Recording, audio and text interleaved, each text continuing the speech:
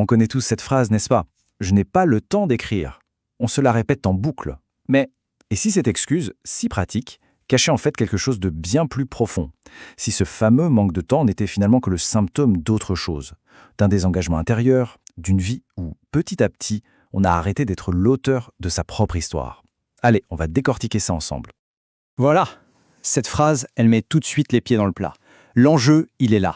Il ne s'agit pas de grande philosophie, non, c'est une vérité très concrète. Si on ne prend jamais le temps de mettre des mots sur ce qu'on vit, on finit par passer en pilote automatique. On subit les événements au lieu de les façonner.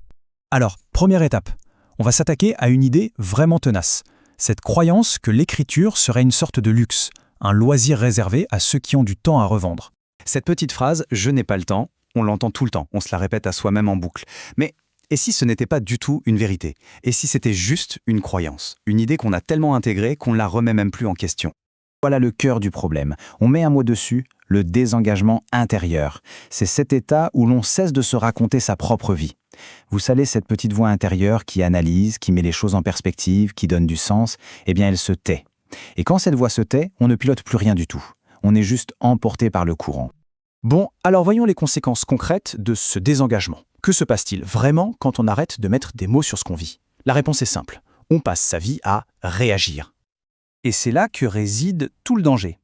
Sans les mots pour les nommer, pour les comprendre, nos émotions prennent toute la place. Elles deviennent le seul filtre à travers lequel on voit le monde. La colère, la peur, le découragement, ce ne sont plus des informations à traiter, ce sont des ordres.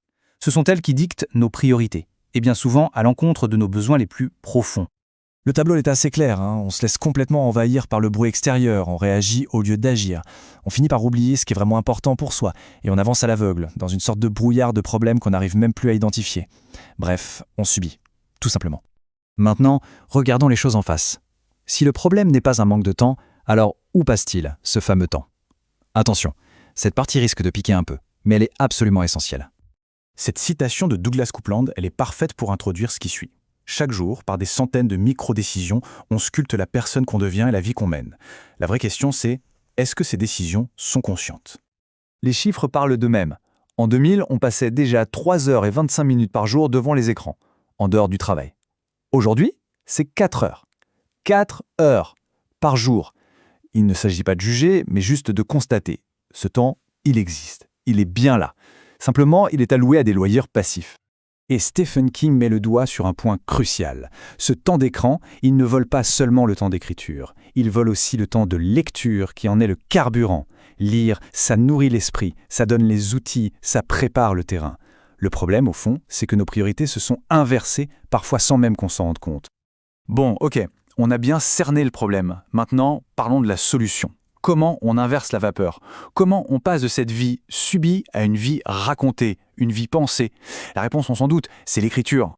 Attention, l'écriture, ce n'est pas une évasion. C'est tout le contraire. C'est ce fameux pas de côté. C'est l'outil qui permet de suspendre l'action, de mettre le chaos de nos pensées à une distance respectable pour enfin pouvoir l'observer, le démêler et le comprendre. La transformation est radicale. On passe d'un état où l'émotion dicte tout à un état où la conscience reprend la main. D'une vie qu'on subit à une vie qui devient pensable, c'est-à-dire une vie sur laquelle on a de nouveau une prise. On sort du narcissisme plaintif pour construire une véritable estime de soi. Et surtout, on allège cette fameuse charge mentale qui nous épuise en externalisant nos pensées sur le papier. Et au fond, c'est un besoin humain fondamental. Sans un récit, les événements ne sont qu'une succession de faits bruts, souvent douloureux. C'est la narration qui leur donne une forme, un sens. Elle ne fait pas disparaître la souffrance, non, mais elle nous donne la force de la traverser en la rendant intelligible. Tout ça, c'est bien beau, mais concrètement, comment on fait? Quand on est épuisé, surmené, comment on trouve la force de s'y mettre? C'est là qu'intervient la partie la plus simple et sans doute la plus puissante. Le secret, il est là. Il est d'une simplicité désarmante. On s'imagine souvent qu'écrire demande des conditions idéales. Du temps, de l'énergie, l'inspiration. C'est faux. L'idée, c'est d'abaisser le seuil d'accès au point de le rendre quasi inexistant. De rendre l'acte d'écrire si facile qu'on n'a plus aucune excuse pour ne pas le faire. C'est aussi simple que ça.